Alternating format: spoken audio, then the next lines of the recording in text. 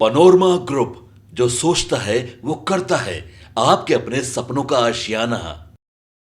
नमस्कार, news for nation देख रहे हैं और मैं हूं आपके साथ रंजन सिंह। बिहार के मुख्यमंत्री नीतीश कुमार ने आज मंत्रिपरिषद की बैठक बुलाई थी और मंत्रिपरिषद की बैठक समाप्त होने के बाद बड़ा निर्णय लिया गया है। बता दें आपको कि 7 निश्चय पार्ट 3 जो है कैबिनेट ने मंजूरी दे दी है।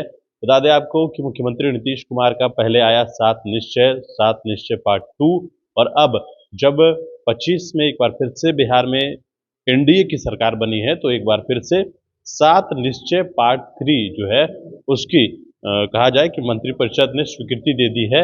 साथ ही साथ जो रोजगार और इन तमाम विषयों पर विशेष ध्यान देने की आवश्यकता भी है। मुख्यमंत्री नीतीश कुमार ने जो है वो तमाम चीज़ों को जानकारी खुद अपने ट्वीट के माध्यम से दिया है। उन्होंने बताया है कि 24 नवंबर 2025 को जब से हम लोग बिहार सरकार बनी है तब से राज्य में कानून का राज्य और लगातार 20 वर्षों से सभी क्षेत्रों में और सभी वर्गों के विकास के लिए काम किया गया है। मुझे यह बताते हुए खुशी हो रही है कि राज्य में सुशासन के कार्यक्रमों के अंतर्गत 7 निश्चय 2015-2020 और 7 निश्चय पार्ट 2 2020 से 2025 में न्याय के साथ विकास से जुड़े निर्धारित लक्ष्यों को हासिल करने के बाद बिहार को सर्वाधिक विकसित राज्यों की श्रेणी में शामिल करने हेतु अब 7 निश्चय पार्ट 3 कार्यक्रमों को लागू करने का निर्णय लिया गया है।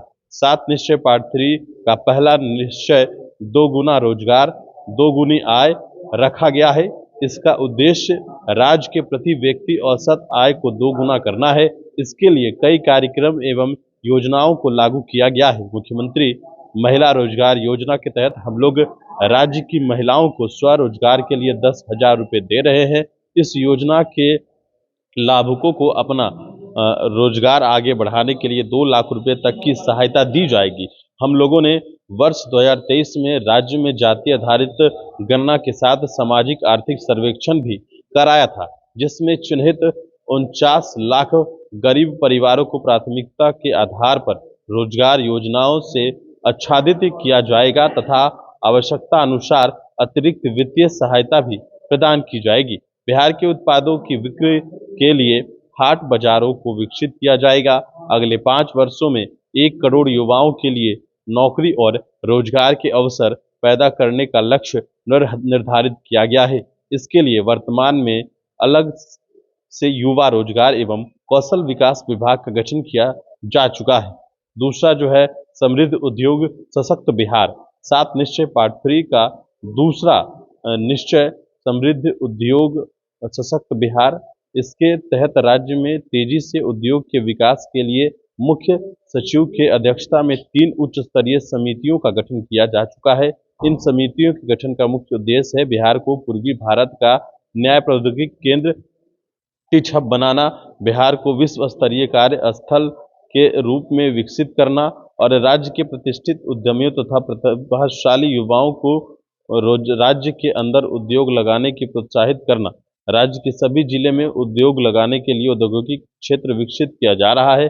हम लोगों ने अगले 5 वर्षों में राज्य में कम से कम 50 लाख करोड़ की निजी निवेश सुनिश्चित करने का लक्ष्य निर्धारित किया है।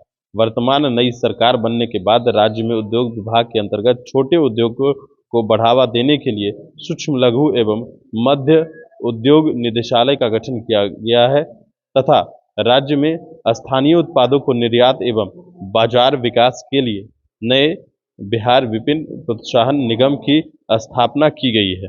और बता दें आपको कि सबसे अहम बात यह है जो हमने आपको बता दिया है कि बिहार में जो नई सरकार का गठन हुआ है तो 7 निश्चय पार्ट 3 लागू कर दिया गया है। इसमें सबसे ज़्यादा फोकस जो है वो रोजगार और सरकारी नौकरी पर भी किया जाएगा। 1 करोड़ लोगों को सरकारी नौकरी और रोजगार देने की बात जो है वो इन 5 सालों में कही गई है। नीतीश कुमार 7 निश्चय पार्ट 3 के साथ 25 से 30 सरकार चलाएंगे और बिहार में विकास का काम आगे बढ़ाएंगे।